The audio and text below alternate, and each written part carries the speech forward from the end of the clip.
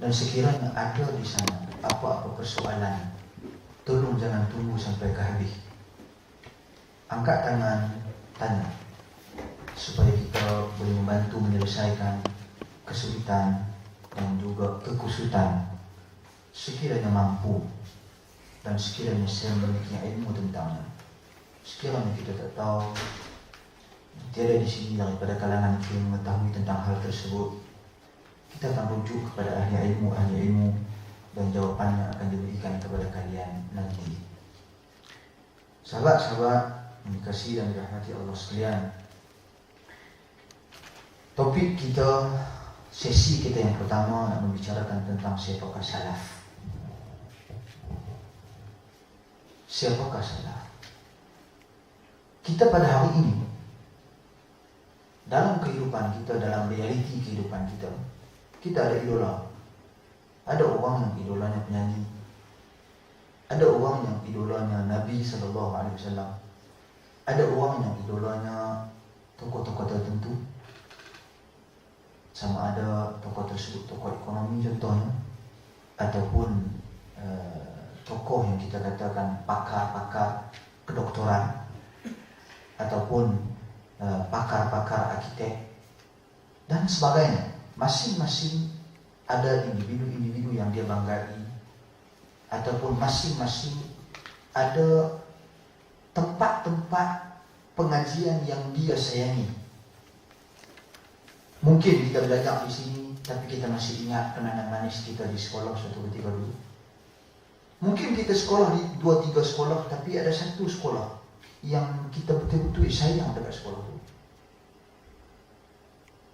Dan begitu juga masing-masing pada hari ini ada mazhab-mazhab yang dipegang, yang dia anti. Ada kecenderungan-kecenderungan pandangan dia mungkin kepada mazhab-mazhab tertentu, mazhab Hanafi ke, mazhab Hambali ke, Maliki ke, Syafi'i ke dan sebagainya. Jadi apa yang saya nak katakan di sini, masing-masing ataupun mana-mana individu, mana-mana manusia, dan lebih khusus dari mana-mana individu muslim, dia akan ada apa-apa dan pelbagai kecenderungan dalam kehidupannya.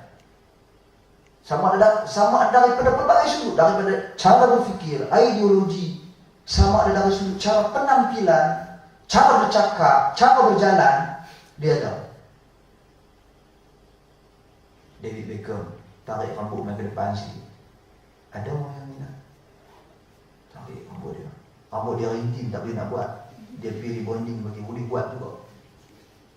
Jadi bila tengok balik, rasa tak sesuai dengan kepala hang. Jadi ini saya katakan tentang kecenderungan. Jadi apa yang saya nak cerita pada hari ini tentang siapakah salaf. Salaf ini, jadi kita tengok satu persatu. Salaf ini merupakan satu generasi yang sepatutnya kita semua cenderung kepada mereka dalam memahami agama, dalam memberi penjelasan tentang agama, dalam berpegang dengan agama. Generasi inilah yang perlu kita semua cenderung kepada mereka. Semua tak boleh terlepas daripada cenderung kepada generasi ini. Siapa yang terkecuali daripada cenderung kepada generasi salaf, dia pasti akan berada dalam kesesatan yang nyata. Jangan terkejut. Dia kata, tak pernah dengar perkataan imam sesat, apa dah aku sesat. Dah. Mungkin disebut beberapa nama tokoh-tokoh dalam generasi ini. Saya bercakap tentang satu kelompok, satu generasi yang sangat besar jumlahnya. Al-Imam Syafi'i, salah seorang daripada generasi ini. Al-Imam Malik bin Anas, salah seorang daripada generasi ini. Al-Imam Abu Hanifah, salah seorang daripada generasi ini. Al-Imam Ahmad bin Hanbal, salah seorang daripada generasi ini. Abu Bakar As-Siddiq, salah seorang daripada generasi ini. Umar Al-Khattab, Uthman bin Affan, Ali bin Abi Talib, Aisyah radhiyallahu anha, Fatimah, Nabi sallallahu alaihi wasallam, semua daripada generasi ini. Sebab itu saya katakan bahawasanya sesiapa saja yang membelakangi generasi ini, dia akan berada dalam kesesatan yang nyata. Cuma pada hari ini kita berkumpul untuk merincikan lagi. Bila kita katakan salah, siapa dia salah ni? Apa prinsip-prinsip mereka? Apa pegangan mereka? Apa kecenderungan mereka? Ini kita nak tahu. Dan kita berkumpul untuk tujuan tersebut. Sahabat-sahabat sekalian, kita pilih yang kedua. Pengertian salaf. Sebab kita guna perkataan salaf. Masih perlu dipilih perkataan salaf. Pertama sekali saya nak bagi ringkas pengertian salaf dari sudut bahasa. Ini sebenarnya dipetik daripada ulasan para ulama-ulama bahasa, sastrawan Arab yang terkenal dulu, bukan yang sekarang, bukan yang pada hari ini, yang terkenal dulu, yang mereka menjadi sumber rujukan untuk memahami kesusastraan Arab. Macam kita kata pada hari ini, guru bahasa Melayu ramai, tapi mereka bukan menjadi tempat rujukan seperti Dewan Bahasa dan Pustaka menjadi pusat rujukan persuratan Melayu. Mereka juga pada hari ini guru bahasa Melayu yang ramai, tetapi mereka tidak menjadi sumber rujukan seperti Ahmad Sa'id. Begitu juga tokoh-tokoh bahasa Arab yang ramai, tetapi mereka tak mampu menjadi sumber rujukan seperti mana tokoh-tokoh yang bakal saya sebut nanti. Dan dalam pengertian salaf dari sudut bahasa Arab, seperti daripada tokoh sastrawan Arab yang sangat terkenal, Ibnu Manzur nama dia, Ibnu Manzur. Ibnu Manzur di kalangan kitab yang terkenal dalam menjelaskan pengertian sinonim bahasa Arab satu persatu, pendetilannya, dalil bagi setiap sinonim yang diberikan. Keluarkan satu kitab yang bernama Lisanul Arab, lisan Arab, yakni lisan orang Arab. Apa yang orang Arab ertikan dengan perkataan-perkataan yang mereka sebutkan. Apa asal usul kalimah ini sekiranya orang Arab guna pakai. Bila orang Arab sebut salaf, apa orang Arab maksudkan dengan salaf? Kata beliau,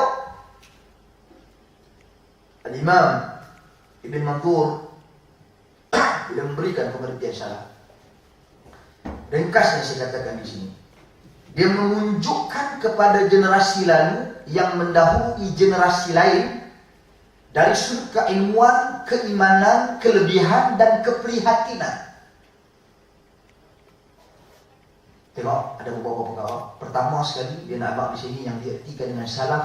Bila orang Arab sebut perkataan salaf, dia memaksudkan satu generasi yang mendahului, yakni generasi yang lama.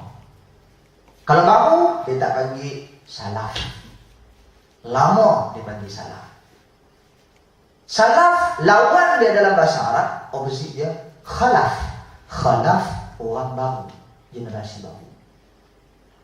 Nampak? Okey? Itu satu, generasi terdahulu. Kedua, mereka ini mendahului generasi. Sama ada dari sudut, kita katakan tadi, usia satu generasi. Kedua, keilmuan, ilmu mereka. Ketiga, keimanan mereka, kelebihan mereka dan keprihatinan mereka dalam agama. 5 benda. Bila sebut generasi ataupun bila sebut perkataan salaf dari sudut bahasa, merujuk kepada generasi ataupun mana-mana kelompok yang mendahului kelompok lain. Satu, sama ada mendahului tersebut dalam hal-hal yang berkaitan dengan keilmuan. Ilmu mereka lebih dulu, mereka jumpa dulu, mereka mengkaji dulu, mereka membuat analisa terlebih dahulu sebelum daripada kita. Mereka menghimpun ilmu terlebih dahulu untuk kita manfaatkan. Yang kedua. Ketiga, keimanan. Kedudukan mereka, ketakwaan mereka jika nak dibandingkan dengan kita, mereka lebih dahulu beriman daripada kita. Mereka lebih dahulu memahami tentang iman daripada kita. Mereka terlebih dahulu memahami tentang Islam daripada kita. Ketiga, kelebihan kedudukan mereka. Sebab generasi ini, nanti kita akan lihat bagaimana Nabi SAW memuji mereka, mengangkat kedudukan mereka. Bagaimana Allah Subhanahu Wa Taala memuji mereka, Allah redha kepada mereka, mereka redha kepada Allah Subhanahu Wa Taala. Yang mana keredaan tersebut tidak kita temui dalam generasi kita dan generasi-generasi yang seterusnya. Tak. Hanya generasi mereka. Sehingga kan kata Allah di dalam Al-Quran, وَالسَّابِقُونَ الْأَوَّلُونَ مِنَ الْمُهَاجِرِينَ وَالْأَنصَارِ وَالَّذِينَ اتَّبَعُوهُمْ بِإِحْسَانٍ رَضِيَ اللَّهُ عَنْهُمْ وَرَضُوا عَنْهُ. dan orang yang mendahului kamu daripada kalangan orang yang awal, dari kalangan muhajirin, daripada kalangan ansar, dan manusia-manusia yang mengikuti mereka, berpegang dengan petunjuk mereka. Mereka lah yang Allah Subhanahu wa taala ridai, dan mereka redha kepada Allah. Nama kita, generasi kita tak termasuk dalam keridhaan Allah Subhanahu wa taala sekiranya kita menjauhkan diri daripada petunjuk-petunjuk mereka. Sebab itu generasi mereka mendahului kita dari sudut kelebihan, kedudukan, status. Allah angkat kemuliaan mereka. Qulillahumma malikal mulki tu'til mulka man tasha' wa tanzi'ul mulka mimman tasha' wa tu'izzu man tasha' wa tudhillu man tasha' biyadikal khair innaka 'ala kulli syai'in qadir. Katakanlah, Allah Subhanahu wa taala itu berhak untuk berikan kekuasaan pada siapa pun yang dia nak. Allah Subhanahu wa taala berhak untuk memuliakan siapa yang dia nak, dan Allah Subhanahu wa taala berhak untuk menghina siapa pun yang dia nak. Pada tangannya ada segala kebaikan. Dia berhak ditentukan, dan dia telah mengangkat kedudukan salaf. Begitu juga mereka mendahului kita dalam sudut keprihatinan. Keprihatinan kalau kita lihat salaf mendahului kita dalam sudut keprihatinan tentang agama, tanggung jawab tentang agama, keprihatinan tentang isu-isu Islam yang berlaku dalam masyarakat. Sebab itu mereka menulis, sebab itu mereka membuat analisa, sebab itu mereka mengkaji tentang agama, sebab itu mereka menghimpun ilmu-ilmu agama untuk dimanfaatkan oleh kita pada hari ini. Persoalannya sejauh mana kita manfaatkan ilmu mereka. Kita nak manfaatkan macam mana kalau kita tak kenal mereka, kita tak kenal prinsip-prinsip mereka, kita tak kenal pegangan-pegangan mereka. Jadi itu salah dari sudut bahasa. Jadi bila orang sebut salah, jangan jadi macam hantu. Salah ni hantu kita pakai lari. Salah ni bukan hantu. Cuma kita yang tidak mengetahui perkataan salaf. Bahkan Nabi menggunakan perkataan salaf. Kata Nabi kepada Fatimah radhiyallahu anha, "Ni'mas salaf ana laki." Semulia-mulia salaf adalah aku bagimu. Merujuk kepada Nabi mendahului Fatimah dari sudut usia. Nabi mendahului Fatimah dari sudut keilmuan Nabi SAW. Nabi mendahului Fatimah dari sudut keimanan. Nabi mendahului Fatimah dari sudut kelebihan, status, kedudukan Nabi. Dan Nabi mendahului Fatimah dari sudut keprihatinan tentang agama. Itu salaf dari sudut bahasa. Adapun salaf dari sudut istilah, bila kita disebut salaf, bila ulama-ulama tulis dalam kitab mereka, kita buka kitab, kita lihat perkataan salaf, ulama-ulama salaf, generasi salaf. Siapa dia ni generasi salaf ni?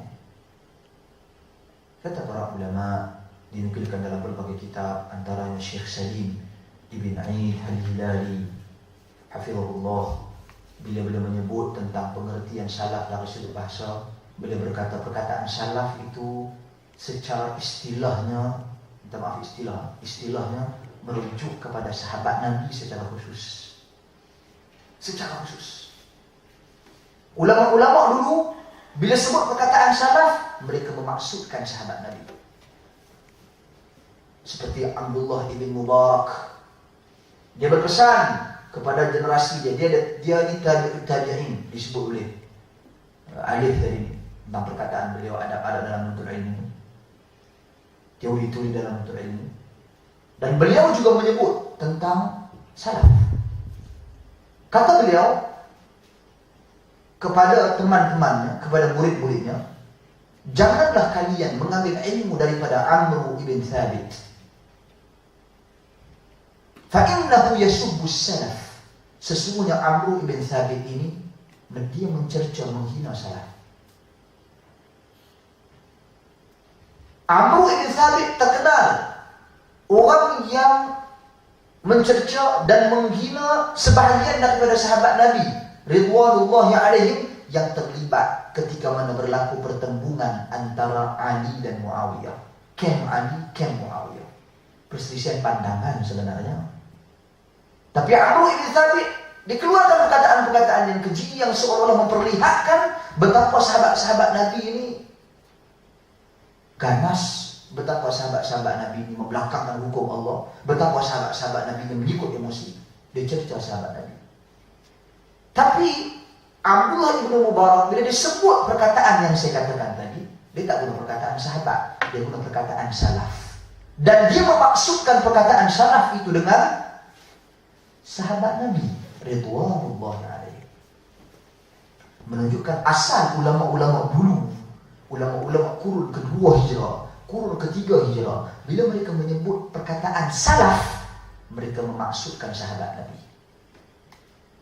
Itu secara khusus.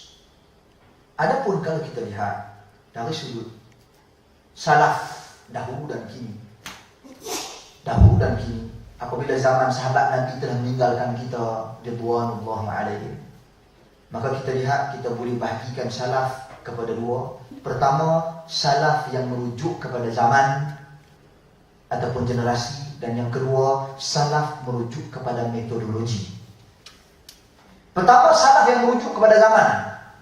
Jadi kita katakan salaf yang merujuk kepada zaman, secara khususnya mereka adalah sahabat Nabi ridwanullah alaihi. Cuma oleh kerana terdapat di sana satu hadis yang diriwayatkan oleh Al-Imam Al-Bukhari, kata Nabi, khairun nasi qarni thumma alladhina yalunahum thumma alladhina yalunahum. Semulia-mulia generasi adalah generasiku, kemudian yang menyusul selepas daripada mereka, dan kemudian yang menyusul selepas daripada mereka. Maka para ulama bincang panjang hadis ini. Ibnu Hajar Al-Asqalani ulas panjang hadis ini. Al-Imam Nawawi jelas panjang hadis ini. Kata beliau, hadis ini Nabi sebut, Nabi memberikan pujian, dan Nabi mengangkat kedudukan 3 generasi. Generasi yang pertama, generasi sahabat. Bila Nabi sebut semulia-mulia generasi adalah generasiku. Ku itu merujuk kepada Nabi dan para sahabat. Sebab erti sahabat, bila kita kata sahabat Nabi, siapa dia sahabat Nabi? Kata Al-Imam Ibnu Katsir, man laqiyan Nabi sallallahu alaihi wasallam wa amana bihi wa mata 'ala al-iman. Sesiapa yang bertemu dengan Nabi, kemudian dia beriman dengan Nabi, dan dia mati dalam keadaan dia masih beriman dengan Nabi. Cukup 3 syarat ni yang mesti melengkapi antara satu dengan yang lain, maka seseorang itu layak digelar sahabat Nabi. Sebab itu ulama-ulama susun kitab-kitab seperti Al-Isabah, ataupun yang lebih awal Usdul Ghabah yang dikarang oleh Al-Imam Ibnu Athir.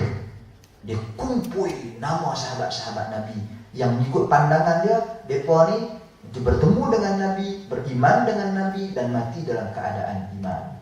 Disusuli oleh ulama-ulama yang datang selepas daripada beliau, seperti Ibnu Abdul Barr. Saya bagi nama-nama kitab ni biar kita biasa mendengar nama-nama kitab ni. Al-Isti'ab fi Ma'rifatil Ashab. Dia kumpul nama sahabat-sahabat Nabi. Dia manfaatkan kitab Ibnu Athir tadi. Datang lagi ulama selepas daripada Ibnu Abdul Barr, Al-Hafidh Ibnu Hajar Al-Asqalani, yang hidup kurun ke-89 Hijrah, wafat pada tahun 852 Hijrah. Dia buat satu kitab, dia manfaatkan kitab Ibnu Abdul Barr tadi, dan dia manfaatkan kitab Al-Imam Ibnu Athir yang lebih awal. Dia himpun sekali dua-dua, dia buat satu conclusion, kesimpulan, keluar kitab dia pula, Al-Isabah fi Ma'rifatis Sahabah. Keluar kitab, himpunan senarai nama sahabat-sahabat Nabi. Sebab apa? Sebab sahabat-sahabat Nabi dia ada hukum dia sendiri. Hukum yang berkaitan dengan mereka secara khusus, yang Nabi sebut tentang mereka secara khusus, yang Nabi muliakan mereka secara khusus. Seperti Nabi kata, la tasubbu ashabi, jangan hampa hina sahabatku, jangan hampa cerca sahabatku, jangan hampa maki sahabatku. Bahkan dalam hadis yang lain kata Nabi, ashabi kan nujum, sahabatku ni seperti bintang. Bila aku tak ada, maka rujukkanlah kepada sahabatku. Sebab bintang suatu ketika dahulu digunakan sebagai petunjuk, tanda bagi orang yang berlayar ataupun bermusafir untuk menentukan arah kiblat dan untuk menentukan laluannya. Maka bila Nabi kata sahabatku seperti bintang di langit, maka jadikan mereka sebagai petunjuk dan contoh. Nampak? Itu generasi sahabat. Kemudian kata Nabi, generasi yang kedua yang mulia setelah sahabat Nabi, iaitu tabi'in. Tabi'in ni anak murid dekat sahabat. Dan seterusnya generasi yang ketiga, tabi'ut tabi'in, murid kepada murid sahabat. Maka oleh kerana itu sebagian ulama kata bila kita sebut generasi salaf, dia merujuk kepada 3 generasi. Jadi Al-Imam Abdullah ibn Mubarak yang disebutkan tadi, dia adalah tabi'ut tabi'in. Tapi dia sebut sahabat Nabi adalah salaf. Tapi setelah kewafatan dia meninggal dunia, generasi dia tabi'ut tabi'in, generasi tabi'in dan generasi sahabat. Tiga generasi ini adalah salaf. Jadi bila kita sebut ulama-ulama salaf berkata, maka ia merujuk kepada 3 generasi yang dimuliakan oleh Rasul sallallahu alaihi wasallam. Pertama sahabat Nabi, kedua tabi'in, ketiga tabi'ut tabi'in. Itu salaf merujuk pada zaman generasi. Adapun yang kedua, salaf yang merujuk kepada metodologi. Generasi-generasi ini, mereka meninggalkan kepada kita prinsip-prinsip dalam berpegang dengan agama. Mereka belajar daripada Nabi. Sahabat bertalapi langsung dengan Nabi. Apa-apa isu, mereka merujuk kepada Nabi SAW. Bermula daripada hal-hal yang paling remeh sampai hal-hal yang paling serius. Isu-isu pemerintahan, isu-isu politik, Nabi dijadikan rujukan. Kalau kita lihat sahabat Nabi ini,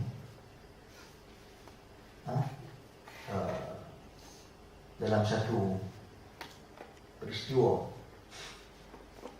mereka dapat kalau ada kelahiran, dapat anak yang baru, dia terus bawa pergi jumpa Nabi. Bawa pergi jumpa Nabi. Jadi ada salah seorang sahabat ni, dia bawa pergi jumpa Nabi, di kepala anak dia tu dia cukok jambul. Dia tinggal rambut lain, pasal dia cukok jambul saja. Dalam istilah Arab dia panggil qazak. Qazak ni cukok sebahagian, tinggal sebahagian.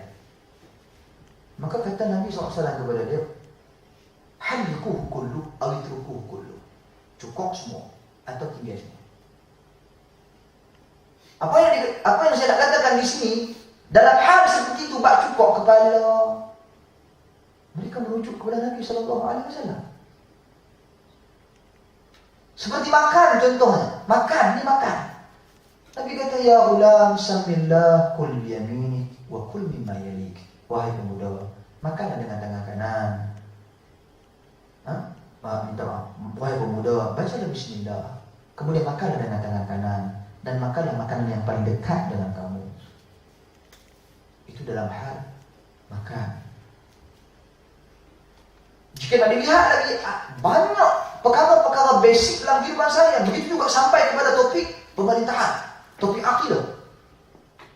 Contoh Maya Abu Dhar kepada Nabi Rasulullah, aku ni boleh tak nanti aku jadi presiden, jadi gubernur, nak ada jawatan. Abu Dhar Al-Ghifari kata Nabi, ya Abu Dhar, innaka dha'if, engkau lemah. Ya Abu Dhar, tak payah jadi pemimpin, engkau lemah, kau tak mampu. Jadi nak amak kat sini, sahabat-sahabat sekalian, para sahabat Nabi, mereka belajar daripada Nabi. Mereka dididik langsung oleh Nabi. Apa-apa isu, apa-apa permasalahan, apa-apa pertanyaan dan persoalan, langsung dirujuk kepada Nabi. Ali bin Abi Talib, lagi satu contoh saya bagi. Minta maaf saya sebut di sini. Saya punya contoh ni. Satu contoh yang baik. Dia ni seorang lelaki yang dia memiliki satu masalah penyakit. Bukanlah penyakit, tapi disebabkan syahwat. Dia memiliki masalah, selalu dia kata kuntu rajulan madzab, selalu keluar air nazi. Dia nak selesaikan isu ni macam mana, dia jam, dia confuse. Jadi dia rujuk pada Nabi SAW. Hantar orang pergi tanya Nabi, macam mana dia semua, macam mana aku ni, apa hukum aku nak sembahyang, apa hukum pakaian aku dan sebagainya. Wanita-wanita di zaman Nabi sehingga Nabi puji, ni'man nisa'ukum, semulia-mulia wanita adalah wanita kamu, yakni merujuk pada kaum Ansar. Kenapa? La yamna'hunna al-haya' soal. Malu tidak melarang mereka daripada bertanya. Pasti dia pemain tanya Nabi SAW. Isu-isu berkaitan dengan keuzuran, period mereka datang bertanya Nabi, macam mana nak buat ni, macam mana nak cuci, macam mana contohnya. Pendetilan ditanya kepada Nabi SAW. Sehingga Nabi sendiri malu nak jawab. Nabi tanya Aisyah. Isu yang simple berkaitan dengan kebersihan harian. Jadi mereka ni dididik oleh Nabi, dibentuk oleh Nabi. Jiwa-jiwa yang kental, yang kukuh, yang gagah ini dididik oleh Nabi, dibentuk oleh Nabi SAW. Sebab itu mereka generasi yang paling mulia setelah Nabi SAW, yang sewajarnya kita jadikan mereka sebagai tanda arah, ikutan, contoh kita. Kemudian anak-anak murid mereka, tabi'in, anak-anak murid mereka yang belajar dengan mereka, masih dekat, masih hampir dengan zaman Nabi SAW. Masih kita katakan berkurangan fitnah, walaupun setelah pembunuhan Umar Al-Khattab radhiyallahu anhu, Umar ditikam oleh Abu Lu'lu'ah Al-Majusi. Mati Umar ketika sedang bersalat, ditikam dia, ditoreh perut dia, sehingga dia sakit beberapa hari. Orang pergi menziarahi Umar Al-Khattab radhiyallahu anhu dalam keadaan dia sakit. Dia tengok dia minum susu keluar daripada perut. Dulu tak ada jarum nak jahit, tak ada apa nak jahit. Dia kemana, dia terborai perut dia. Dia minum air, susu keluar, minum air apa-apa, semua keluar. Tapi nak cerita lagi, sahabat Nabi, mereka juga seperti Nabi, terus-menerus mendidik. Nabi ini, kalau Nabi sebelum wafatnya Nabi SAW, orang datang ziarah Nabi, apa Nabi pesan? Nabi berpesan tentang pemerintahan, Nabi berpesan tentang takwa, tentang iman. Nabi juga tak lupa berpesan tentang isu-isu fiqh yang kita lihat, benda ni simple saja. Nabi pesan sebelum wafatnya Nabi SAW, antara benda yang Nabi pesan, la taqra'ul Quran fir ruku'i was sujud. Jangan hampa baca Quran ketika rukuk dan sujud. Itu benda yang Nabi pesan. Sedang Nabi dalam keadaan sakit, diracuni oleh wanita Yahudi. Nabi pesan tentang la'anallah al-yahud wal nasara ittakhadhu qubur anbiya'ihim masajida. Allah laknat orang Yahudi dan Nasrani kerana mereka menjadikan kubur para nabi mereka sebagai tempat untuk bersalat, yakni masjid. Jadi jangan dijadikan kubur-kubur sebagai tempat untuk bersalat. Ini pesanan Nabi SAW. Benda-benda berkaitan dengan isu-isu dan hal-hal semasa. Umar Al-Khattab yang sama juga, Umar Al-Khattab radhiyallahu anhu. Tengah-tengah duk sakit ni. Tengah-tengah duk sakit. Datang orang main ziarah dia. Dia tengok kawan tu atas bawah, tengok bawah. Salat sekali dia tengok kawan tu pakai pakaian jubah yang melepasi daripada buku lali dia. Umar kata, hampir kerat. Sesungguhnya, kata Umar Al-Khattab, Nabi bersabda, ma tahtal ka'bain fa minan nar. Apa-apa yang di bawah daripada kedua buku lali, tempat dia dalam neraka. Pesanan dia, ketika mana dia sedang sakit, ketika mana perut dia terurai, duk tunggu hari nak mati. Maksudnya mereka, jiwa mendidik mereka. Subhanallah. Kalau kita apa kita pesan? Saya kita orang tengok lah anak-anak aku tak tahu lah nak jadi apa, aku ni macam mana ni, aku. Itu kita mengeluh. Mereka melihat umat, mereka memikirkan generasi yang akan datang. Mereka terus mendidik hingga ke nafas yang terakhir. Jadi tabi'in, generasi yang dididik oleh sahabat Nabi. Kemudian baru datang tabi'ut tabi'in, generasi seterusnya yang dididik oleh murid kepada sahabat Nabi. Yang mana mereka melihat, mereka sempat bertemu dengan sahabat Nabi tabi'in. Mereka tengok kredibiliti sahabat-sahabat Nabi. Mereka teruja dengan sahabat-sahabat Nabi. Mereka menjadikan sahabat-sahabat Nabi sebagai idola dalam kehidupan mereka. Maka mereka mempersembahkan contoh teladan sahabat Nabi kepada generasi mereka yang seterusnya. Tabi'ut tabi'in. Jadi ini 3 generasi. Bila sebut salah, jangan duk takut. Dia bukan hantu, dia bukan makan orang. Dia merujuk kepada sahabat Nabi, tabi'in, tabi'ut tabi'in. Itu dari sudut zaman. Adapun dari sudut metodologi, apa yang mereka sampaikan kepada kita? Prinsip-prinsip beragama, prinsip berpegang dengan agama, prinsip apabila berlakunya perselisihan pendapat, pertembungan pandangan, prinsip dalam berakidah, prinsip dalam memahami fiqh, memahami hukum hakam agama, prinsip dalam berakhlak, prinsip dalam bermuamalah dengan orang bukan Islam, prinsip dalam bermuamalah dengan ahli-ahli bid'ah, pengikut hawa nafsu. Ini diajar oleh mereka. Bila kita sebut salaf, ia juga merujuk kepada metodologi, prinsip-prinsip yang dipegang oleh generasi-generasi terdahulu. Jadi kalau kita berpegang dengan prinsip-prinsip mereka, sebenarnya dari sudut metodologi, kita adalah generasi, ataupun bukan generasi, kita adalah salaf. Tapi salaf dari sudut berpegang dengan metodologi.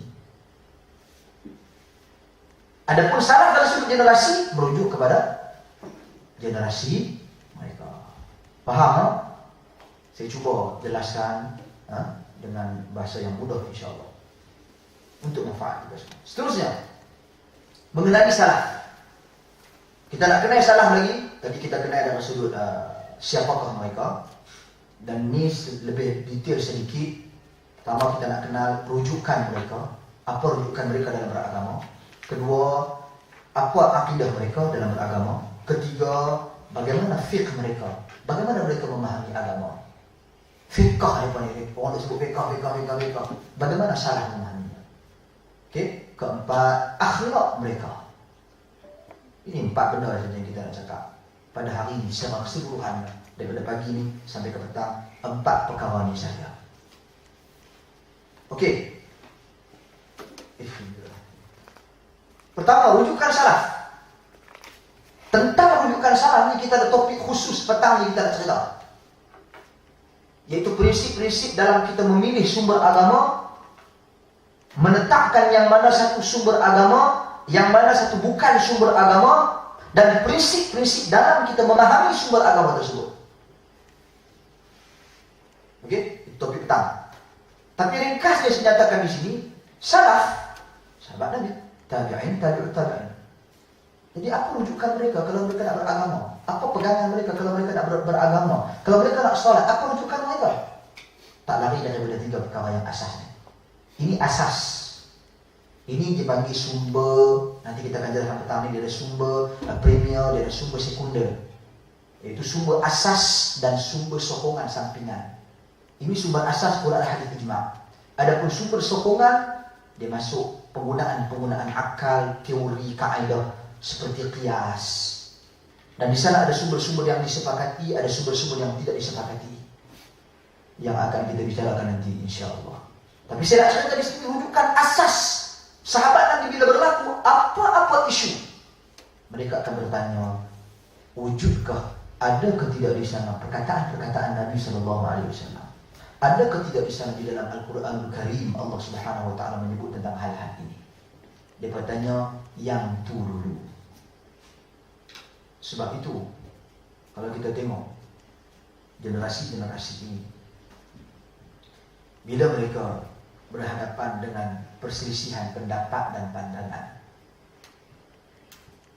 kesemuanya akan berusaha mengembalikan kepada ketiga-tiga perkara. Mari kita cek dalam Quran ada ke tak? Mari kita cek dalam hadis ada ke tak? Ataupun mari kita lihat apakah ini merupakan kesepakatan sahabat Nabi ataupun tidak. Saya bagi satu peristiwa. Ini contoh yang perlu kita terapkan, praktikkan dalam kehidupan kita. Abu Bakar As-Siddiq di zaman pemerintahan dia, radhiyallahu anhu, wujud di sana manusia-manusia yang murtad. Antaranya Musailamah Al-Kadzdzab, yang terkenal kan, Musailamah. Mereka ini murtad, keluar daripada Islam. Dan mereka di perkampungan mereka, tempat mereka, dan mereka tidak membayar zakat dan melarang orang bayar zakat. Kemudian Abu Bakar As-Siddiq melancarkan perang ke atas mereka, bunuh mereka semua. Okey, apabila Abu Bakar melancarkan perang, dalam peperangan tersebut ramai daripada kalangan sahabat-sahabat Nabi yang menghafal Al-Quran Karim, geng-geng Qari. Qari kalau macam Qari kita lah ni. Ini saya katakan dari sudut persamaan ataupun perbezaan. Berbeza langsung. Qari kita pada hari ini mereka lebih fokus dan memberi tumpuan kepada cara membaca, cara melakukan tajwid, fasahah. wakaf, ibtidak kat mana, nak bola kat mana, nak berhenti kat mana. Mereka lebih tertumpu kepada hal-hal seperti itu, yang mana ia merupakan perkara yang dapat membantu untuk meninggikan markah mereka ataupun merendah markah mereka, sama daripada jadi juara ataupun daripada tewas. Itu poin yang lain. Jadi mereka sibuk dengan lagu-lagu mereka, pitching dia macam mana.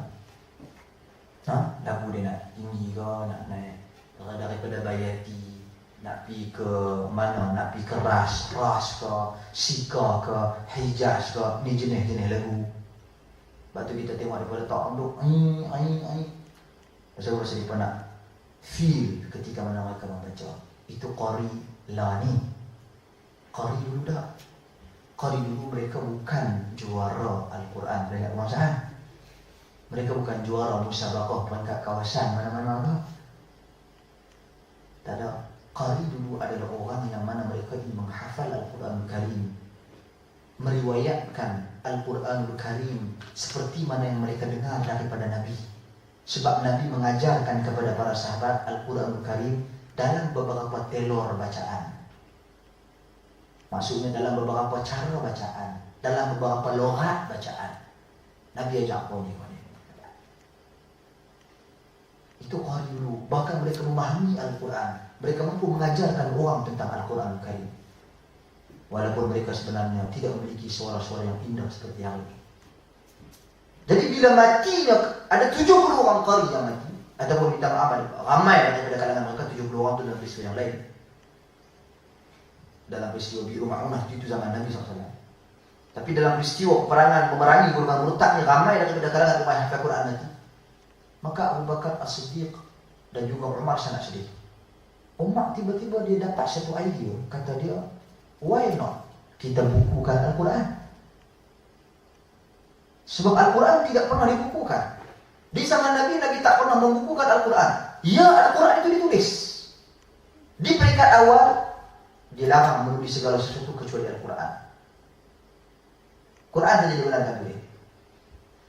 Kemudian baru Nabi bagi benda lain. Tapi tulisan itu belum dibukukan. Kau ni tulis atas kayu, kau ni tulis atas pelepah, kau ni tulis atas kulit. Masing-masing pakat simpan kulit itu rumah dia. Masing-masing pakat simpan pelepah taman banyak ni. Pakat simpan sama sikit. Jadi tak dibukukan, tak disusun. Nampak? Okey. Jadi Umar berfikir, apabila ramai orang hafal Quran mati, merupakan satu perkara yang penting untuk generasi seterusnya nak mengambil manfaat dengan Quran, ambil dari mana? Siapa lagi yang mampu hafal? Adakah kita pasti generasi yang seterusnya mampu menghafal Al-Quran Karim? Tak payah. Mungkin ada yang boleh, mungkin ada yang tak boleh. Manusia makin bertambah. Jajahan Islam makin luas. Maka dia cadang kepada Abu Bakar. Dengar macam tu. Dia cadang kepada Abu Bakar. Wahai Abu Bakar, mengapa tidak kita bukukan Al-Quran? Abu Bakar melenting terus. Melenting. Wahai Umar, mengapakah kamu nak buat benda yang Nabi SAW tak pernah buat? Apa? Ini perkataan Abu Bakar As-Siddiq radhiyallahu anhu. Umar kata, "Dah Abu Bakar, bukan itu. Ini maslahat ni. Ini penting. Sebab apa? Sebab nanti Al-Quran akan hilang betul kalau kita tak susun. Kalau kita tak bukukan balik." Abu Bakar kata, "Dah, mana boleh? Nak buat benda yang Nabi tak buat." Dah, Umar, Abu Bakar, dengar ada. Umar memberikan penjelasan, hujah-hujah satu persatu, sehingga Abu Bakar menerima. Hasil daripada kesepakatan sahabat-sahabat Nabi yang lain. Ini dia panggil ijma', kesepakatan yang tidak ada perselisihan. Semua sepakat, Osman sepakat, Ali setuju, semua setuju Al-Quran itu dibukukan, dihimpunkan, disusun balik. Timbul persoalan seterusnya, siapa orang nak tulis balik? Isu juga. Maka mereka pun memikir-mikir, rupanya ada Zaid bin Thabit yang mana beliau merupakan penulis wahyu. Zaid bin Thabit dulu dia penulis wahyu Nabi SAW. Jadi mereka teringat akan Zaid bin Thabit, kita kata okey, kita lantik Zaid bin Thabit jadi kepala. Jadi tekong untuk nak kumpul balik, untuk nak tulis balik Al-Quran. Abu Bakar kata, wahai Umar, hampi kat Zaid bin Thabit, cakap dekat dia apa yang telah kita bincangkan dan apa yang telah kita persetujui. Sampai depan Zaid bin Thabit, Umar kata, ni kita nak impun balik Quran, kita nak tulis balik, kita nak bukukan Quran. Hoi, mana boleh kita nak buat benda yang Nabi tak buat? Ni sahabat Nabi, radhiyallahu anhu ajma'in. Mana mungkin kita boleh buat benda yang Nabi tak buat? Umar kata, tunggu saat kita dah meeting, kita dah setuju, kita dah sepakat dalam meeting kita, himpunan kita, para sahabat Nabi semua setuju. Zaid bin Thabit pun kata, tak apa, boleh. Moral dia daripada cerita ni, sahabat-sahabat sekalian, moral daripada cerita ni, hadis riwayat Imam Bukhari. Moral dia, bagaimana sahabat Nabi sangat berhati-hati dalam isu agama. Dalam apa je permasalahan, rujukan mereka Nabi dulu. Nabi dulu. Bukan rujukan mereka ustaz dulu. Ataupun dalam perkataan ringkas yang saya ringkaskan. Kuman. Kuman ni merujuk pada 5 perkara. Pertama sekali, kitab. Sikit-sikit bila orang kata ini, kita bacakan hadis Nabi SAW, cerita pasal hadis Nabi, Nabi buat macam ni, dia ikut Nabi. Dia kata, tak, dalam kitab tak ada. Dalam kitab kan tak boleh. Satu, kitab. Kedua, ustaz. Ustaz kata lain. Mana boleh? Kita dah baca sampai berbuih mulut, terbit halkum, terkeluar masuk balik dah. Habaq kata Nabi buat lagu ni, Nabi buat lagu ni, Nabi buat lagu ni, Nabi buat lagu ni. Dia kata, tak, ustaz pun tak boleh. Tak boleh. Ustaz kau, ulama kau, mana-mana kau, dia tak kira dia nak dahulukan ustaz dia daripada hadis Nabi SAW. Kemudian yang ketiga, majority. Ramai orang buat ni, takkan tak boleh. Takkan semua orang salah. Dah cakap boleh dulu. Ni ramai orang buat ni, takkan semua di mereka buat benda sesat. Mana boleh? Ini kita dah harus perdana. Majority. Sahabat-sahabat sekalian, boleh kamu hujah dengan majority. Islam tak pernah mengajar kita berdalilkan berhujah dengan majority. Kita ada terang dia rumah sahabat itu pun ada yang tanya. Pula ni senang orang kata majority itu ijma'. Ini satu penyakit sebabnya dia tak faham hadis Nabi SAW. Dia kira majority setempat dia, kampung dia. Kalau dia duduk kampung di Damansara, orang Damansara berpakat dia ijma' orang Damansara. Ini ijma' apa ni, swimming pool. Sebab tuan punya kedai dia kata, jangan sebut mangkuk dia, dia sebutlah swimming pool. Nanti orang cari kedai kita tak jumpa. Nabi sebut dalam hadis, memang Nabi sebut, la tazal ta'ifatun min ummati zahirin 'ala al-haq la yakhdhuluhum man khadhalahum hatta ya'ti amrullah wa hum kadzalik. Akan sentiasa ada kelompok daripada kalangan umatku. Mereka ini akan terus-menerus berada di atas kebenaran. Kelompok ta'ifah, kelompok. Terus-menerus akan berada di atas kebenaran sehingga datang tekanan, dugaan, gangguan dan sebagainya. Mereka tetap berdiri teguh di atas pendirian mereka, kebenaran tersebut. Sehingga datang ketentuan dan ketetapan Allah Subhanahu wa taala. Jadi dia kata ini dalil menunjukkan kita kena ikut majority. Majority kata okey. Majority kata tak okey. Anda nak tanya, majority orang di sini sembahyang atau tidak? Bukan saya tanya anda bercakap tentang kita semua. Saya bercakap umat Islam di sini majoritinya pergi sembahyang masjid ke tidak? Kalian jawab. Tak. Bahkan umat Islam yang kita katakan dalam negara kita 50% lebih umat Islam di Indonesia, majoriti pergi sembahyang masjid ke tak? Adakah kita mengatakan bahawa okey, kalau macam tu hukum solat Jumaat berjamaah ni nothing, tak ada apa. Pasal apa? Pasal majoriti tak buat. Boleh? Mana boleh? Sebab itu kita kena faham pengertian ta'ifah, kelompok yang Nabi maksudkan. Kelompok yang Nabi maksudkan dijelaskan oleh Allah di dalam Al-Quran dan ditafsirkan oleh sahabat Nabi. Bila Allah berfirman, "Wa man yushaqqir rasula min ba'di ma tabayyana lahu al-huda wa yattabi' ghayra sabilil mu'minin, nuwallihi ma tawalla wa nuslihi jahannam wa sa'at masira."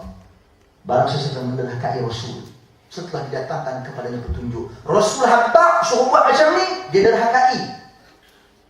Rasul dah cerita petunjuk-petunjuk, dia tolak. Wa yattabi' ghayra sabilil mu'minin, dan dia memilih untuk mengikuti jalan selain jalan orang-orang yang beriman. Nuwalli ma tawalla, kami bagi dia pergi kau suka dengan dia. Tetapi wa nuslihi jahannam, kami akan pastikan tempat di dalam neraka. Wa sa'at masira, neraka tempat seburuk-buruknya untuk manusia kembali. Sahabat-sahabat sekalian, ulama bincang apa maksud jalan orang-orang yang beriman dalam ayat Quran. Apa maksud? Ibnu Abbas radhiyallahu anhuma, orang yang Nabi doakan ketika mana dibawa oleh bapa dia mai kepada Nabi SAW, bapa saudara Nabi. Ibnu Abbas ni jadi jatuh jadi sepupu Nabi SAW. Bawa mai kepada Nabi, "Ya Rasulullah, ya Muhammad, doakan anak aku ni." Abbas bawa mai anak dia Abdullah. Doa Ustaz. Apa Nabi doa? "Allahumma faqihhu fid din wa 'allimhu at-ta'wil." Ya Allah, ya Tuhanku, faqihkanlah dia dengan ilmu agama dan pakarkanlah dia dengan ilmu ta'wil, yakni ilmu tafsir. Ibnu Abbas didoakan oleh Nabi SAW.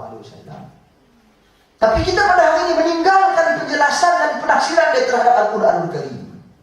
Adakah kita bererti kita membelakangi doa Nabi SAW? Tidak beriman dengan berkatnya, mustajabnya doa Nabi SAW. Di mana keimanan, kepercayaan kita kepada Nabi?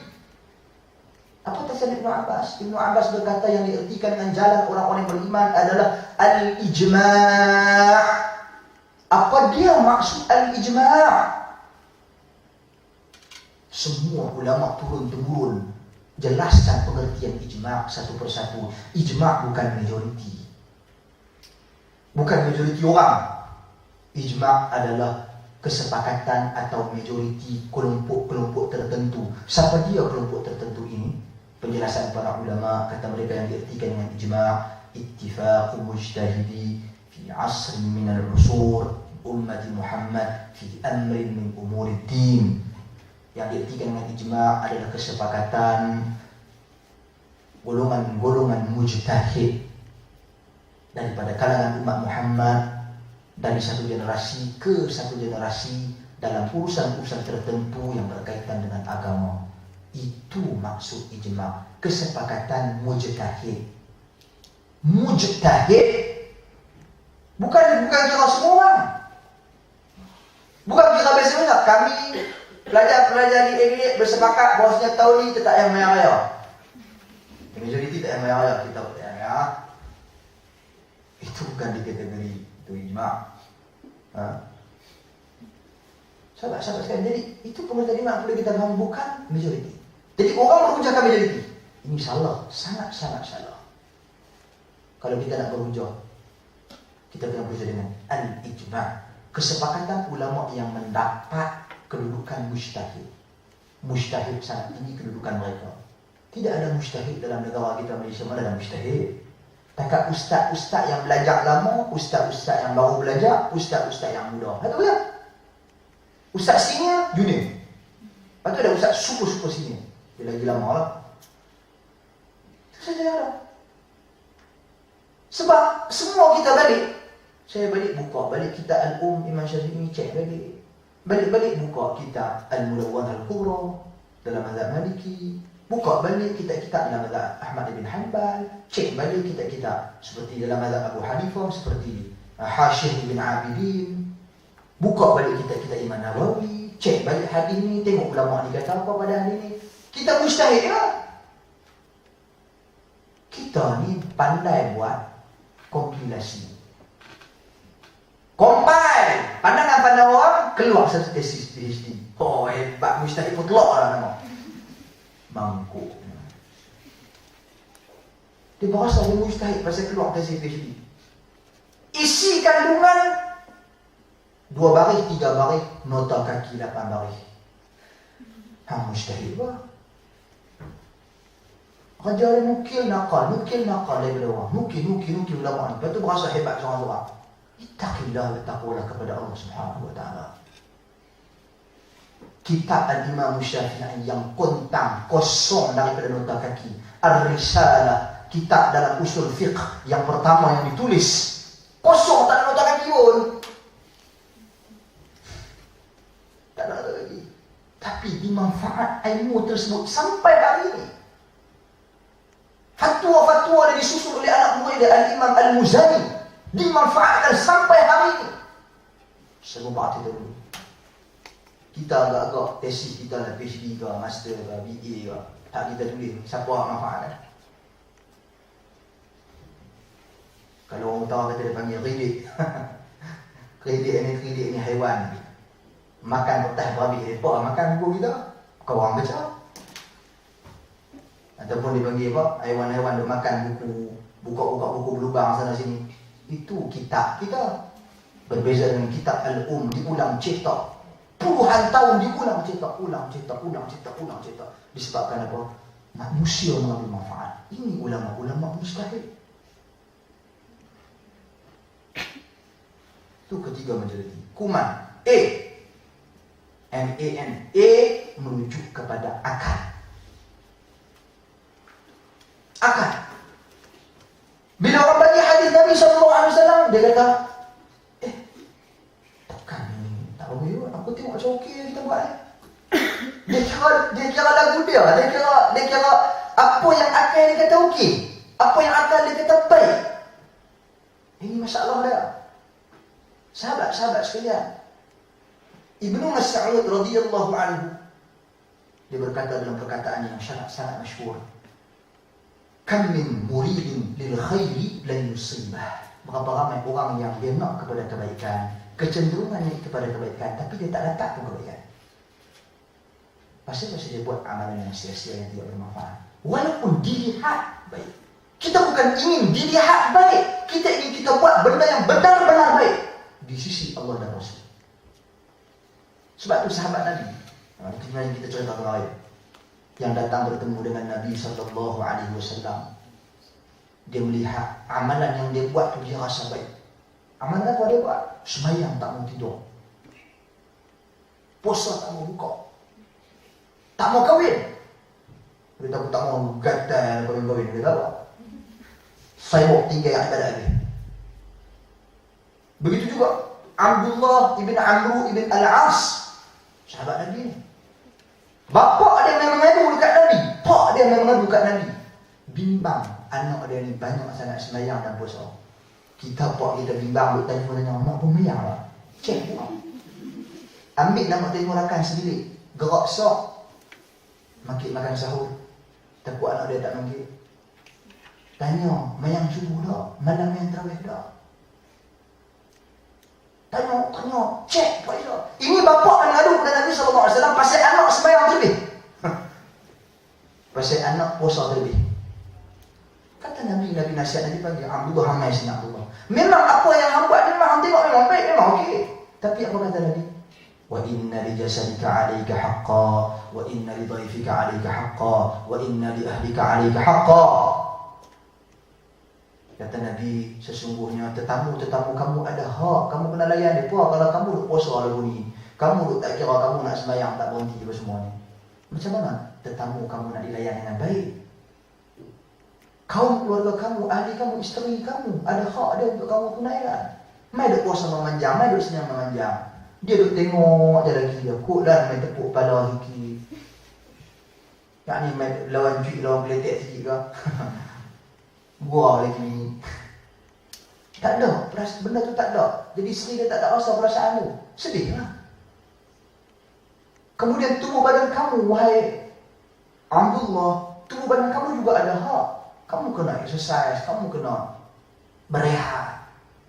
Kamu tak boleh nak buat semua sampai memudaratkan. Walaupun benda tu dia lihat baik untuk diri Dia menunjukkan bukan semua benda yang kita lihat baik di sisi Allah dan Rasul.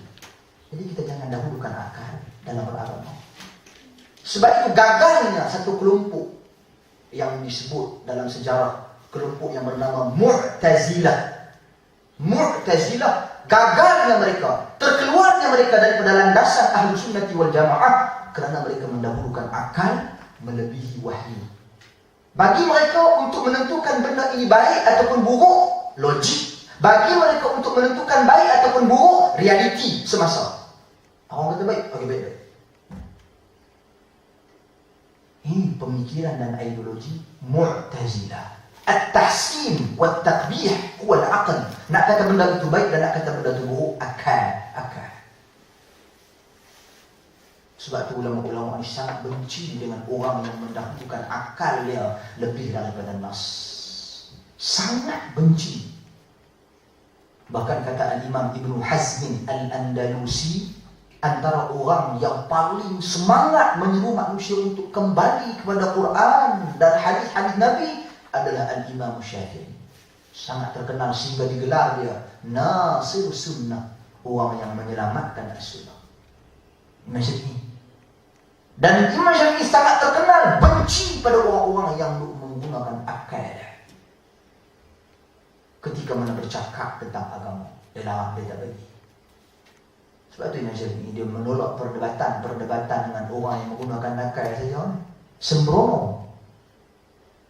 Kalau nak berdebat, kalau nak berbincang dengan nas, berbincang dengan fakta, berbincang dengan dalil Al-Quran dan As-Sunnah, bukan dengan logik semata-mata. Logik akal sebenarnya adalah kata-kata sokongan bagi Al-Quran dan Al-Hadis. Seperti sahabat-sahabat sekalian, khinzir bila timbul penyakit H1N1 kat negara kita, virus H1N1, semua pakat bimbang, semua pakat duk cerita berkenaan dengan khinzir. Ceramah khinzir. Semua cerita tentang kemudaratan khinzir. Khinzir ni dia haiwan jenis kotor, jenis tak jealous, tak cemburu. Dia biar bini dia pergi dengan siapa-siapa pun, khinzir mana-mana pun, dia tak nak rasa perasaan cemburu. Bukan bini dia apa dia? Yang betina. Dia tak ada perasaan cemburu, khinzir. Jadi khinzir ni pengotor, ada virus, cacing, pita, apa semua. Kita tak cerita yang tu. Kita utamakan cerita tu. Sangat-sangat kita kena tahu orang sini di barat pada hari ini. Saya sempat setahun lebih, hampir 2 tahun saya di IJN, Institut Jantung Negara. Doktor-doktor, mereka bila membuat kajian ataupun kita katakan buat apa dia panggil, eksperimen di UK mereka menggunakan khinzir sebagai bahan eksperimen. Apa sebab? Sebab khinzir ni adalah haiwan yang paling dekat, DNA dia adalah sel-sel dia dengan manusia, paling dekat dan paling hampir sama. Khinzir. Dan ketika doktor cerita, ketika mereka buat eksperimen tu, bersih, putih, cuci, canak. Nampak kata bersihnya khinzir tersebut. Bahkan mereka pada hari ini sedang merancang untuk mencipta khinzir yang bebas daripada kuman, bebas daripada virus, bebas daripada cacing, nak diternak di tempat yang paling bersih. Okey, saya katakan di sini, saya nak tanya, adakah apabila khinzir dah bersih, bahkan kalau makan jadi sihat dan kuat, berarti khinzir jadi halal? Tak. Khinzir tetap dengan hukumnya yang Allah dan Rasul haramkan. Dia bersih ke mana pun Allah dan Rasul haramkan. Sebab cara kita nak approach orang bukan dengan menceritakan sesuatu benda yang logik. Walaupun benda yang logik itu merupakan sokongan. Memang penting untuk kita ceritakan kemudaratan khinzir, kumannya, virusnya penting. Tapi lebih penting, ceritakan wahyu. Allah haramkan. Apapun yang berlaku, Allah haramkan. Didik kita dengan wahyu. Jangan kita didikkan akan mendahului wahyu. Lebih ke depan daripada wahyu. Ini problem dengan manusia. Apabila akal didahulukan berlebihan, Itu akar E yang keempat. Dan yang kelima yang terakhir, N. N ni nenek moyang. Nenek moyang. Bila kita kata ni Nabi SAW buat macam ni, dia kata, tok nek kita buat dia boleh. Takkan tok nek kita masuk neraka semua kot. Takkan tok nek kita sesat ahli bid'ah masuk neraka mereka. Sia-sia lah amalan mereka lagi baik daripada kita. Ini masalah dah. Sebenarnya hujah ni sama sebiji sama sebiji dengan hujah yang diberikan, yang diutarakan oleh Arab jahiliyah ketika mana Nabi datang membawa agama. Apa kata mereka? Ma wajadna fi abaina al-awwalin. Kami tak temui pun apa yang kau bawa wahai Muhammad daripada nenek moyang kami. Nenek moyang kami tak pernah buat, ada orang buat. Jadi pendalilan, penghujahan dengan menggunakan nama nenek moyang, tok nenek, orang dulu-dulu tak buat, bukan menjadi satu dalil di sisi ahli sunnati wal jamaah dalam berhukum. Bukan dalil. Jadi kita kena hati-hati. Sebab sumber hukum kita yang ni 3 yang asas. Ini asas. Al-Quran, As-Sunnah, yakni Al-Hadith, dan juga Al-Ijma'. Kesepakatan ulama-ulama daripada satu zaman ke satu zaman, dari satu generasi ke satu generasi, daripada kalangan umat Muhammad sallallahu alaihi wasallam. Ijma' orang cerdik pandai, kalau dia tak beragama Islam, ijma' dia tak terpakai. Syarat dia mesti umat Muhammad sallallahu alaihi wasallam beragama Islam, maksudnya dalam urusan berkaitan dengan agama Allah. 3 rujukan salaf. Clear? Jadi kuman dari ini 5 perkara tadi ni kita kena buang ke tepi apabila kita bercakap mengulas tentang agama, nak mempraktikkan agama. Kuman kita kena buang. Sebab itu kita guna perkataan kuman menunjukkan kebencian. Kita tak mau benda-benda yang berkuman. K sekali lagi merujuk kepada kita. U merujuk kepada ustaz. M merujuk kepada majoriti. A merujuk kepada akal. Dan N merujuk kepada nenek moyang. Saya katakan di sini, jangan pula bila ada dalam kitab, tak ada pakai tak ada kitab. Dah, maksud saya sekarang ni cara orang berdalih, cuba membelakangkan Al-Quran dan As-Sunnah dengan memberi alasan benda ni tak ada dalam kitab kami. Dalam kitab kami kata macam lain. Benda ni tak ada, ustaz-ustaz kami tak pernah sebut. Walaupun telah kita datangkan kepada mereka, persembahkan kepada mereka Al-Quran dan hadis Nabi. Jelas, ha? Ini bukan salah. Seterusnya, akidah salah. Akidah salah. Sahabat-sahabat sekalian, akidah benda terpenting. Benda terpenting. Orang pada hari ini dia suka bercakap benda-benda yang falsafah. Dia lebih suka bercakap perkara yang dilakukan dalam kehidupan seharian. Sebab kalau dia bercakap tentang perkara-perkara yang berkaitan dengan kepercayaan ni benda yang tak nampak, abstrak, tak nampak. Adakah sahabat-sahabat semua ataupun adik-adik semua nampak apa yang saya percaya? Tak nampak.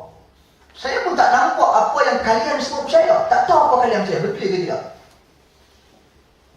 Dan kita tak tahu apa yang masing-masing percaya. Sebab kepercayaan dia duduk dalam kita. Kita yang tahu apa yang kita percaya. Mungkin kita beritahu ke orang dan mungkin kita tak beritahu ke orang. Itu kepercayaan. Kebanyakan daripada kalangan manusia pada hari ini, masyarakat pada hari ini, dia kurang memberi penekanan pada isu-isu kepercayaan. Wah, dia banyak menyentuh isu-isu fiqh harian. Pasti apa menyentuh isu fiqh harian? Sebab isu-isu fiqh harian berkaitan dengan benda yang dia boleh rasa dengan hawas dia. Hawas ni panca indera dia. Dia boleh tengok, dia boleh pegang, dia boleh rasa, dia boleh hidu, dia boleh dan sebagainya, boleh sentuh dan sebagainya. Dia nampak. Seperti bak wudu. Semua kita mengaji bak wudu. Pasal apa? Pasal kita duk buat. Pasal sekali lagi kalau kita buat salah, orang lain tengok. Bila orang lain tengok kita buat salah, malulah kita. Masuk universiti, mengaji, sampai PhD apa semua lah. Dalam bidang agama pula tu. Tiba-tiba ambil wuduk. Orang start basuh kedua belah tangan tu, dia start basuh kaki, terbalik. Ke depan. Jadi benda tu dia belajar. Dia kenapa betul ni, tak boleh ni, tak ada orang tengok aku. Takkan buat balik ijazah PhD, dia ambil wuduk lagu ni. Solat, nak kena betul cara solat aku tak boleh. Benda harian, nak kita buat. Kebanyakan orang dia suka bercakap kat tu. Dia terlupa cakap benda ni. Sahabat-sahabat sekalian, akidah ini perkara yang akan membentuk haluan kehidupan kita. Kemana kita nak pergi? Bermula daripada akidah. Benarnya akidah, pegangan agama kita akan benar. Ibadat yang kita laksanakan akan benar. Akhlak kita akan benar. Berpunca daripada kebenaran akidah. Tersasarnya akidah, ia akan memberi kesan kepada pegangan faith kita, pegangan ibadat harian kita, akhlak kita, dan sebagainya. Semuanya akan tersasar. Jadi kesemuanya bermula daripada akidah yang benar, akidah yang sahih. Sebab itu kalau kita tengok Nabi SAW, para sahabat radhiyallahu alaihim, gerakan mereka, dakwah mereka, kesemuanya berpunca ataupun bermula daripada titik akidah, penjelasan akidah. Akidah ni bukan takat Dek, kita kena percaya Allah Subhanahu Wa Taala itu Maha Berkuasa. Kita kena percaya Allah Subhanahu Wa Taala itu menciptakan segala-galanya. Itu akidah kita kena tahu. Penjelasan akidah ni sangat luas. Tengok bagaimana para ulama-ulama hadis menyusun hadis-hadis tentang akidah. Dalam Kitabul Iman sahaja berapa ratus hadis itu ada. Kitab yang membicarakan tentang iman itu baru pasal iman. Akidah ni bukan cerita tentang iman saja. Dia cerita pasal Islam, cerita pasal iman, cerita pasal ihsan, lepas tu cerita pasal tauhid. Tauhid dia cerita pasal uluhiyah, rububiyah, al-asma' wa sifat. Cerita pasal isu-isu ketuhanan, cerita pasal sifat-sifat Allah secara detail. Kemudian dia cerita tentang bagaimana keimanan kita kepada Nabi, apa konsep beriman kepada Nabi SAW, apa konsep beriman kepada para sahabat, apa konsep beriman kepada karamah para wali, siapa itu wali, apa konsep beriman kepada pemerintahan dalam isu-isu pemerintahan, isu-isu politik. Ini adalah bahagian akidah, cabang akidah. Kerana itu kita tidak heran bila macam Al-Imam Al-Barbahari, Al-Imam Al-Barbahari, mungkin kita pernah dengar, mungkin tak pernah dengar nama dia, tapi sepatutnya nama ini telah disebarkan dan telah popular sepatutnya. Tapi orang kita dia mengaji akidah, dia tak tahu mana satu sumber rujukan dia, menyebabkan dia ambil buku-buku teks sekolah dia dulu, itulah sumber akidah dia. Sedangkan Al-Imam Al-Barbahari, ulama besar yang wafat pada tahun 300 lebih, kurun ke-3 Hijrah. Kurun ke-3 no, menulis tentang prinsip-prinsip dasar akidah Ahlus Sunnah wal Jamaah dalam kitab yang terkenal Syarhus Sunnah Al-Barbahari. Dia susun, dia kumpul topik-topik yang dibicarakan dalam isu akidah, perkara-perkara baik, semua akidah. Syurga, neraka, titian sirat mustaqim, titian sirat, padang mahsyar, mizan, timbangan, kalimah la ilaha illallah, faham ke tidak kita kepada kalimah la ilaha illallah, syarat-syaratnya, rukun-rukunnya. Luas ilmu akidah rupanya. Ya benar. Dan akidah ni kita belajar macam mana mudah, sumber yang mudah. Sumber tadi, sumber salah, Al-Quran, As-Sunnah, Ijma'. Ini sumber akidah Islam. Tapi kalau kita pergi mengaji akidah cara falsafah, kita akan jadi gelong. Ini gelong. Gelong ni maksudnya kalau kita bawa basikal, tayar dia bengkok, gelong basikal. Jadi tak betul yang kita pergi. Bukan kata kita tak boleh sampai ke destinasi. Mungkin boleh sampai dan mungkin tak boleh sampai, disebabkan kegelongannya. Sahabat-sahabat sekalian, jadi kita kena faham bahawasanya bila kita belajar falsafah, contohlah cara falsafah. Saya pernah dulu ada seorang ustaz yang mengajar saya dulu, hafizahullah, moga-moga Allah Subhanahu Wa Taala memberi kebaikan kepada saya dan juga dia. Dia cerita pasal tentang sifat bagi Allah Subhanahu Wa Taala, adakah Allah itu mengambil ruang ataupun tidak. Dia cerita saya mengambil uang.